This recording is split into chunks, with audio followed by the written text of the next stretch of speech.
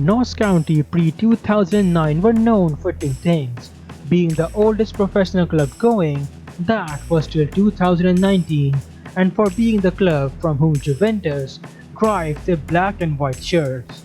In their 157-year history, the club had only won one FA Cup, and that too was in 1894, and they had only played in the top flight for roughly 24 years. So they might be the oldest club going, but they definitely weren't the most decorated or lavish and newsworthy clubs out there. But in 2009, things changed. So, welcome to UW Football, and today we will be looking into the bizarre takeover of Notts County in 2009. The year 2008 had seen Manchester City get bought out by Sheikh Mansour, and he was spending big.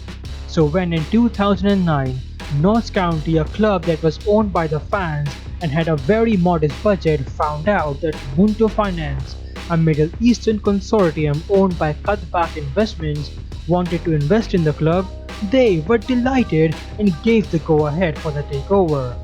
Munto Finance bought the club for £1, but the common question that everyone was asking was, who were those rich people that owned Qadbak? At the time of takeover, it was suggested that various European and Middle Eastern royal families had a stake in the company, but who were those families? No one knew.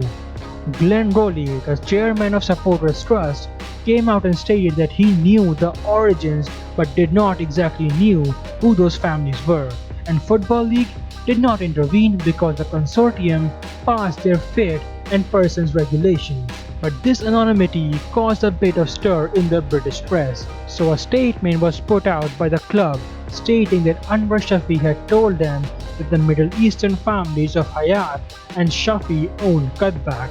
But then a few days later, the real Anwar Shafi came into the press and stated that his family had no involvements with Qadbak. As for the Hayats, we'll get to them a bit later. But let's get back to the time of takeover. I mentioned earlier that the club was sold for just £1. This happened because Munto Finance convinced Notts County Supporters Trust that the Royals wanted to invest their millions directly into the club, but they did not want to pay for the club itself. So if you want to see their millions, you need to hand over your shares as a gift, which the Supporters Trust did. Peter Trembling was then appointed as the new chairman, and he said that within 5 years, Notts County will be playing in the championship. Munto Finance then started delivering on their promises. SvenGoran Eriksen was appointed as the new director of football, and then the club was being linked with Roberto Carlos and David Beckham, and also a couple of recent retirees like Nedved and Figo were rumored to be coming out of retirement for Notts County. But all these links were just stories in the press. Only big name that came in was Jorge Andrade, and he too came in as a trainee.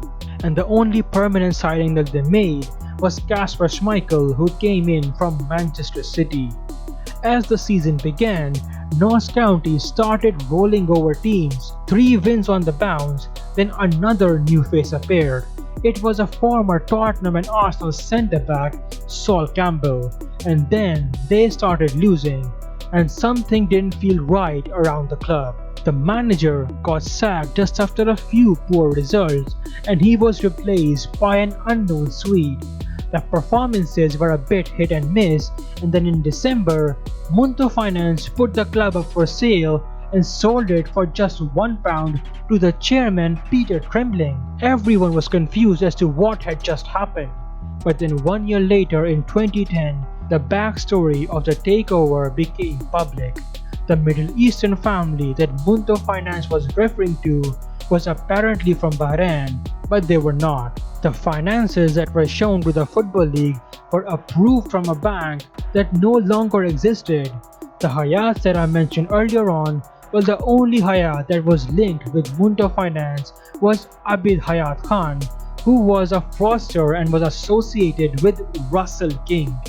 Russell King is a guy that is known for dealings like this. he shows false financial reports that were apparently backed by Bahrain royals to make these shady deals go through, and he was seen as the mastermind behind the Notts County takeover. The players and Eriksen were all signed with no payments actually going through.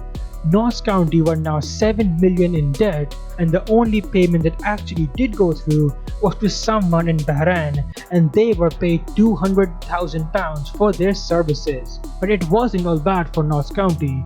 The early results that they had was enough for them to get promoted to League One. So yeah, this was a story of Notts County takeover in 2009.